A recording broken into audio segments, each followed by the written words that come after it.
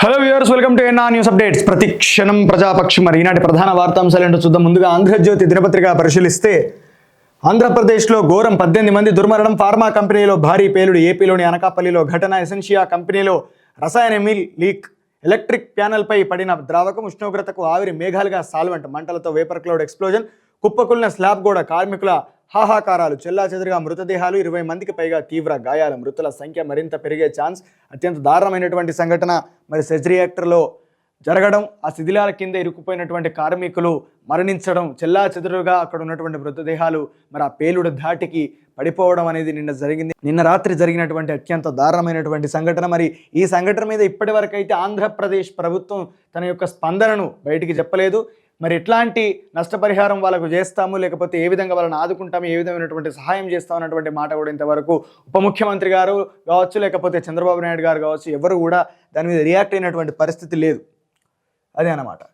దక్షిణ భాగం భూసేకరణ ప్రారంభించండి, ఏమైనా ఇబ్బందులుంటే కేంద్రంతో మాట్లాడండి, RRR పురోగతిపై రోజువారీ సమీక్ష జరపండి, సిఎస్ శాంతికుమారికి సీఎం రేవంత్ రెడ్డి ఆదేశం, అలైన్మెంట్లో మార్పులు సూచించినటువంటి సీఎం. మరి మొత్తం ఈ యొక్క రీజనల్ రింగ్ రోడ్డు పేరుతోటి హైదరాబాదు చుట్టుపక్కల ఉన్నటువంటి జిల్లాలన్నింటినీ కలుపుకొని ఆ పరివాహక ప్రాంతంలో ఈ యొక్క RRR రోడ్ అనేది ఎక్కడి నుంచి అయితే వస్తుందో ఆ పరివాహక ప్రాంతాన్ని అంతా కూడా హైదరాబాద్లో కలిపేసి ఏకైక అతిపెద్ద విశ్వనగరంగా చేయాలని చెప్పి కలలుగంటున్నటువంటి రేవంత్ రెడ్డి గారు ఈ భూసేకరణ మీద ఉన్నటువంటి శ్రద్ధ, ఈ భూసేకరణ మీద ఉన్నటువంటి మీరు కేంద్రీకరిస్తున్నటువంటి దృష్టి మరి నిరుద్యోగ సమస్య మీద కావచ్చు, జీవో నెంబర్ 46 బాధితుల మీద కావచ్చు, లేకపోతే అక్కడ ప్రతిరోజు గురుకులాల యొక్క టీచర్లు ఆ అభ్యర్థులందరూ కూడా వచ్చి మీ యొక్క ప్రజాభవన్ ముంగడ చేసినప్పుడు, ధర్నా చేసినప్పుడు, వాళ్ళు నిరసన వ్యక్తం చేసినప్పుడు వాళ్ళ మీద కావచ్చు, సమస్యల మీద కావచ్చు, రైతు రుణమాఫీ మీద ఇంకా మార్గదర్శకాలు లేవు, ఇంకా చాలామందిలో క్లారిటీ లేదన్నప్పుడు ఆ విషయం మీద కావచ్చు, రైతు బంధు విషయం మీద కావచ్చు,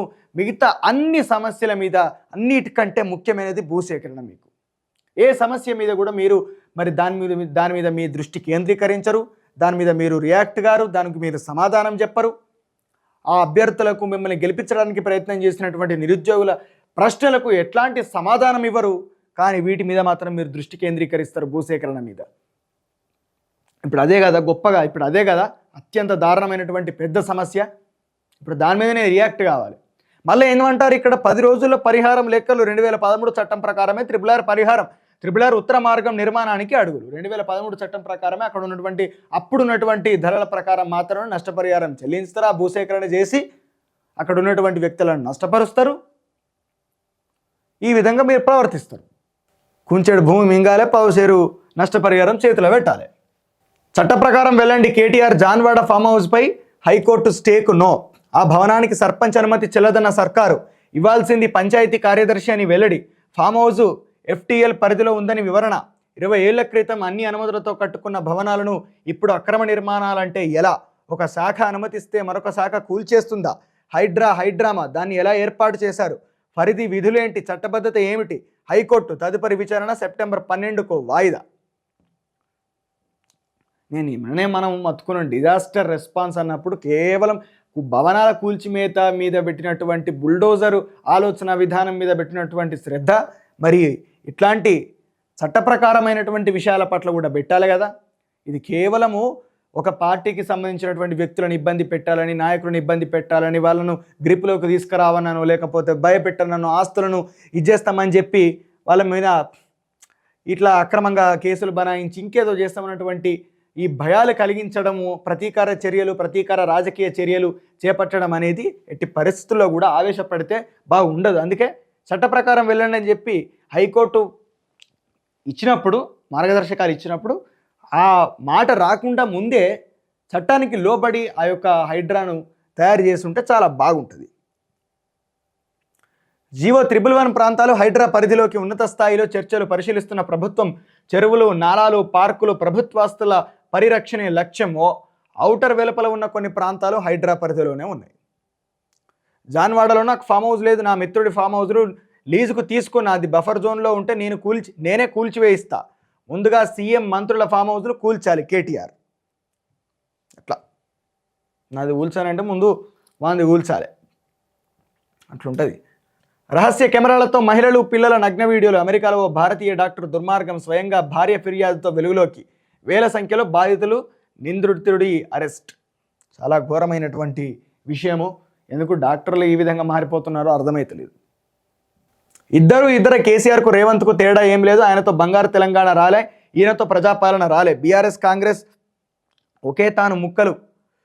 కేంద్ర మంత్రి కిషన్ రెడ్డి ధ్వజం కేసీఆర్ సూచనతోనే సింఘ్వి ఎంపిక. కవిత బెయిల్కు వాదించిన సింఘ్వి, అందుకే రాజ్యసభకు కారు దూరం. కేంద్ర మంత్రి బండి సంజయ్. బంగారు తెలంగాణ ఆయనతో రాలే, ప్రజాపాలన ఈయనతో రాలే, వికసిత్ భారత్ మీతో రాలే. ఎవ్వరితోటి ఏం రాలే, ఏం రాదు కూడా. మాతో ఆటలద్దు, రాజకీయ కక్షలకు కోర్టులను వేదిక చేసుకోవద్దు. వైసీపీ మాజీ ఎమ్మెల్యే ఆళ్లపై సుప్రీంకోర్టు ఫైర్. ఓటుకు నోటు కేసులో ఏపీ సీఎం చంద్రబాబును నిందితుడిగా చేర్చాలన్న పిటిషన్ తిరస్కరణ.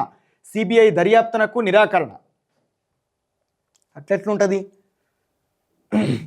ఖచ్చితంగా ఓటుకు నేటు కేసు లోపట చంద్రబాబు నాయుడు పర్వర్టెడ్ క్యాండిడేట్. అందులో ఆ విషయంలో ఖచ్చితంగా శిక్షింపదగినటువంటి వ్యక్తే. చంద్రబాబు నాయుడు తాను చేసేటటువంటి తప్పులు, తాను చేసేటటువంటి పాపాలకు నేను ఎక్కడ దొరకను అని చెప్పి అనుకుంటాడు. అట్లే అన్ని రకాలుగా చాలా శ్రద్ధతోటి ఎక్కడ దొరకకుండా జాగ్రత్త పడతాడు. అట్లాంటి వ్యక్తే. దొరికినప్పుడు మీరు పట్టుకోకపోతే ఎట్లా? జగన్మోహన్ రెడ్డి ఒక విషయంలో దొరకబట్టిండు. ఓటుకునేటు కేసులో చంద్రబాబు నాయుడు యొక్క పాత్ర ఉంది కదా, వాయిస్ కాల్ రికార్డు ఉంది కదా, మాట్లాడిండు కదా. అట్లాంటి ఇంగ్లీషు, అట్లాంటి వాయిస్ చంద్రబాబు నాయుడు తప్పించి ఈ భూప్రపంచంలో ఎవరికి ఉన్నది? దొరికినప్పుడు అరెస్ట్ చేయాలి కదా. వాడు రాష్ట్ర ముఖ్యమంత్రి అయితేంది, ఎవడైతేంది, వాడు ఎవడు అసలు? తెలంగాణకు ద్రోహం చేసినటువంటి వ్యక్తి వాడిని అరెస్ట్ చేయాలి కదా. ముఖ్యమంత్రి అయ్యే అర్హత లేదు. వందలాది వేలాది మందిని పొట్టన పెట్టుకొని హత్య చేయించినటువంటి వ్యక్తి చంద్రబాబు నాయుడు. కాటేసిన కల్తీ కళ్ళు, ఒకరి మృతి, మరొకరి విషయం, మరో 30 మందికి అస్వస్థత. వికారాబాద్ జిల్లా పీరంపల్లిలో ఘటన. కల్తీ కళ్ళు తాగి, కల్తీ మందు తాగి, కల్తీ ఫుడ్ తిని ఫుడ్ పాయిజన్ అయ్యి, మెయిన్గా మీరు బాగా గమనించండి, చనిపోయేదో లేకపోతే అస్వస్థతకు గురయ్యి ఆసుపత్రుల పాలయ్యేది ఎవరండి? ఏ వర్గాల పిల్లలండి? మొత్తం కూడా పేద వర్గాలకు సంబంధించినటువంటి పిల్లలే. ఎప్పుడైనా అనిల్ అంబానీ ఫుడ్ పాయిజన్ అయింది, కల్తీ జరిగింది, కల్తీ ఫుడ్ తిన్నాడు, లేకపోతే ప్రధానమంత్రి మోడీ తిన్నాడు, ముఖ్యమంత్రి కేసీఆర్, మాజీ ముఖ్యమంత్రి కేసీఆర్ తినడానో, ఇప్పుడున్నటువంటి ముఖ్యమంత్రి రేవంత్ రెడ్డి తినడానో, హరీష్ రావు తినడానో, లేకపోతే ఇంకా ఉత్తమ్ కుమార్ రెడ్డి తినడానో ఫుడ్ పాయిజన్ అయిందనో మనం వింటామా? వాళ్ళ పిల్లలకు జరిగిందని మనం వింటామా? కాబట్టి సామ్రాజ్యవాదం యొక్క స్వరూపాన్ని అర్థం చేసుకోవాలి.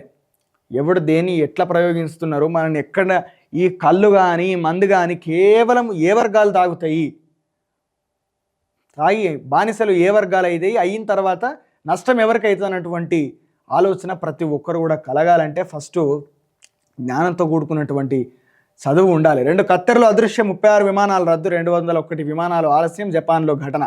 ఎయిర్పోర్ట్లో ఉన్న దుకాణంలో కత్తెరలు కనిపించకపోవడంతో కలకలం. గంటల పాటు విస్తృతంగా తనిఖీలు చేసినటువంటి అధికారులు ఈ కత్తెరలతోటి పోయి ఎవడన్నా ఉగ్రవాది చర్యలు చేపడతాడన్నటువంటి భయంతో, ఉద్దేశంతో జపాన్ లోపల మరి అక్కడ ఉన్నటువంటి వెళ్ళబోతున్నటువంటి ప్రయాణానికి సిద్ధంగా ఉన్నటువంటి విమానాలన్నింటినీ ఆపేసి తనిఖీలు చేసి ఆ తర్వాత వాటిని స్వాధీనం చేసుకున్న తర్వాత అప్పుడు విమానాలకు అనుమతులు ఇచ్చారు. అంటే దాదాపు 36 ఈ ఆలస్యం వల్ల 36 విమానాలు రద్దయిపోయినాయి.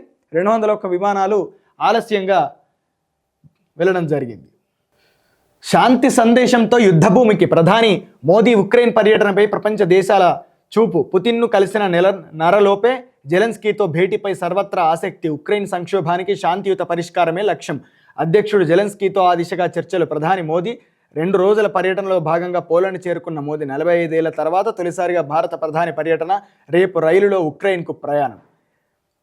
ఎంత ఆకర్షణీయమైనటువంటి ప్రధానమంత్రి అంటే మోడీ గారు, అంత ఆకర్షణీయమైనటువంటి ప్రధానమంత్రి. ప్రపంచ దేశాలన్నీ కూడా ఇప్పుడు మోడీ వైపు చూస్తాయి. ఈ ప్రపంచ దేశాలన్నీ మోడీ వైపు చూస్తున్నాయి అన్నటువంటి మాటను ఇక్కడ ఉన్నటువంటి అంధభక్తులు చూస్తారు. ఇక్కడ ఉన్నటువంటి భారతదేశం లోపల మరి ఆ పార్టీకో లేకపోతే రిలీజియస్ మెంటాలిటీకో ట్యూన్ అయిపోయినటువంటి అమాయకులందరూ కూడా అది చూసి ఆహా అని చెప్పి గుడ్ల నిండా నీళ్లు తీసుకొని ఆనంద బాష్పాలతోటి మొత్తం ఇక ఎక్కడికో ఆలోచించుకుంటారు. అసలు మనంత మొగోళ్ళు లేరని చెప్పి మన జబ్బలు మనమే చరుచుకుంటాం. ఇక్కడ నిజానికి ఒక విషయం మాత్రం చెప్పాలి, ఇది ఎట్టి పరిస్థితుల లోపల కూడా యుద్ధ వాతావరణాన్ని శాంతింపజేయడానికి మోడీ అక్కడికి వెళ్తున్నారు అని చెప్పనంటే మాత్రం అది చాలా హాస్యాస్పదమైనటువంటి విషయము. ఎందుకంటే రెండు దేశాల మధ్య ఉన్నటువంటి ఆ యొక్క వార్ ఏదైతే ఉందో, ఆ ఘర్షణ ఏదైతే ఉందో, వాళ్ళు ఆ రోజు 2.5-3 సంవత్సరాల క్రిందట మొదలుపెట్టినటువంటి యుద్ధం ఇప్పటి వరకు ఆగట్లేదు అని చెప్పని అంటే దాని యొక్క పరిణామము, దానికి ఉన్నటువంటి చరిత్ర మనం అర్థం చేసుకోవాలి. అక్కడ ఉన్నటువంటి ప్రజల యొక్క ఆకాంక్ష ఏంటో మనం అర్థం చేసుకోవాలి. కాబట్టి శాంతి సందేశంతో మోడీ గారు ఇక్కడి పోతున్నారు. మణిపూర్లో ఇంతవరకు శాంతి ఎందుకు నెలకొనలేదండి? మహారాష్ట్ర, కర్ణాటక డబుల్ ఇంజన్ సర్కార్సే కదండి, రెండు కూడా ఒకే సర్కార్ కదా. వాటి మధ్యన ఉన్నటువంటి వివాదాలకు, వాటి మధ్య ఉన్నటువంటి సరిహద్దు వివాదాలని ఇంతవరకు ఎందుకు పరిష్కరించలేదండి? హర్యానాలో ఎన్ని జరగలేదు, ఆ తర్వాత రాజస్థాన్లో ఎన్ని జరగలేదు, గుజరాత్ ఇప్పటి వరకు మనం మర్చిపోయింది కదా అప్పుడు ముఖ్యమంత్రి మోడీ గారే. ఎట్లాంటి పరిస్థితుల నుంచి బయటపడ్డది భారతదేశము? ఇప్పటి వరకు ఆకలి చావల హంగర్ ఇండెక్స్లో 111వ స్థానానికి చేరుకున్నది కదా. ఇది కేవలము ఆకర్షణీయంగా ప్రజలను ఆకట్టుకునే ప్రయత్నం చేయడము, ఇప్పటి వరకు మోడీ ప్రభుత్వం చేసినటువంటి దుర్మార్గాలు ఏవైతే ఉన్నాయో, ఇచ్చినటువంటి హామీలను నెరవేర్చకపోవడం ఏదైతే ఉన్నదో, వీటన్నింటి నుంచి ప్రజలను మళ్ళీ కొంచెం సైడ్ చేయడానికి ఈ రకమైనటువంటి ప్రయత్నం తప్పించి, ఇది కేవలం ఒక నాటకం తప్పించి, మరి అట్లంటే జార్జ్ బుష్ను చంద్రబాబు నాయుడు తీసుకొని వచ్చిండు. పాల్గొయి అన్ని దేశాల అధ్యక్షులతోటి కూడా ఎన్ని పెద్ద పెద్ద సభల లోపల పాల్గొన్నాడు. డైరెక్ట్ వైట్ హౌస్ ముంగట్నే స్పీచ్ ఇచ్చిండు. మరి అవన్నీ కూడా అర్థం చేసుకోవాలా. సో ఇవి ఈనాటి ప్రధాన వార్తాంశాలు.